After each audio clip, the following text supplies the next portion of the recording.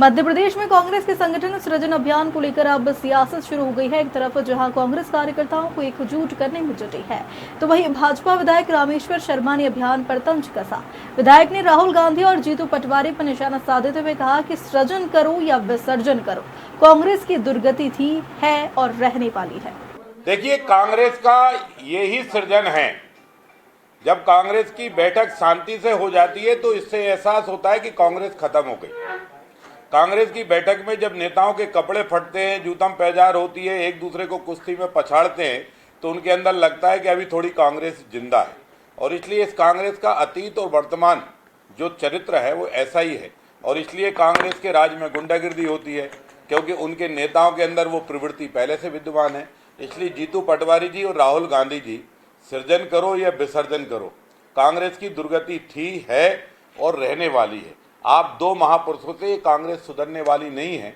ये कांग्रेस वो है जो आपको सुधार कर ठिकाने लगाए आएगी। और इसलिए कांग्रेस में जो कुछ चल रहा है उसके लिए मैं बधाई देता हूं कि वो इसी तरह अभ्यास करते रहे, उनको काम आएगा। वो जो भी हो गए, अब मुझे मालूम है कि हो सकता है वो दिग्विजय सिंह पे प्रत्यक्ष अप्रत्यक्ष कटाक्ष कर रहे हों, हो सकता है वो कमलनाथ जी पे कटाक्ष कर रहे हों, हो सकता है वो राष्ट्रीय अध्यक्ष पे कटाक्ष कर रहे हों। अब नेता बड़े तो राष्ट्रीय अध्यक्ष भी हैं, उनकी उम्र से बड़े हैं, व्यवहार से भी बड़े हैं और कर्म से भी इनसे बड़े। न जाने कौन से नेताओं पर कटाक्ष कर रहे हैं। पहले आए वो राहुल बाबा, तो वो नेताओं को लंगड़ा घोड़ा, उड़ता घोड़ा, बैठता घोड़ा और घोड़े और गधे से नेताओं की तुलना करके निकल गए। अब ये और नेताओं पर कटाक्ष कर रहे हैं। तो राहुल गांधी जी और जीतू पटवारी जी तय कर लेना कि कौन कौन लक्ष्मण के भैया को पार्टी से बाहर निकालना है, तो उनको बाहर निकालो। नेताओं पर डायरेक्ट इनडायरेक्ट कटाक्ष क्यों करते हो? ये वही नेता है यार, इनने परिश्रम किया है, पिटे कुटे हैं, संघर्ष किया सड़क पर, तब जीतू पटवारी पैदा हुए। आज जीतू पटवारी जी इनके विसर्जन में लगे और खुद के सृजन में लगे। तो मुझे नहीं लगता कि राहुल गांधी जी और जीतू पटवारी जी के प्रयत्न कोई काम आएंगे। ये पीसी शर्मा जी की मांग बहुत जायज है और मैं पीसी शर्मा जी को बधाई देता हूँ। पर पीसी शर्मा जी का मुंह लगभग 40-45 साल बंद क्यों रहा?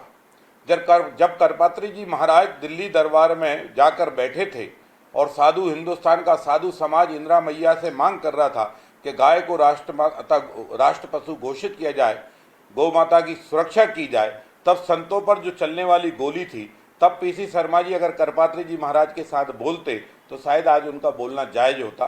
पर फिर भी उनके मन में देर आए दुरुस्त आए। धीरे धीरे कसाईयों से दूर व्यवहार करिए, वो गाय राष्ट्रमाता घोषित हो जाएगी।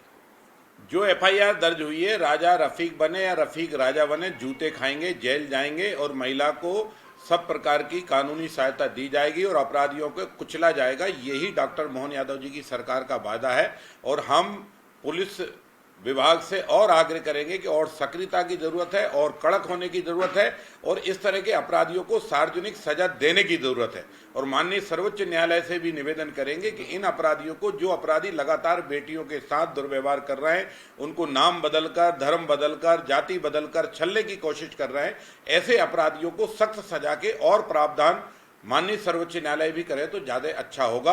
क्योंकि बेटी की सुरक्षा ये हिंदुस्तान की सुरक्षा है, बेटी का सम्मान ये हिंदुस्तान का सम्मान है।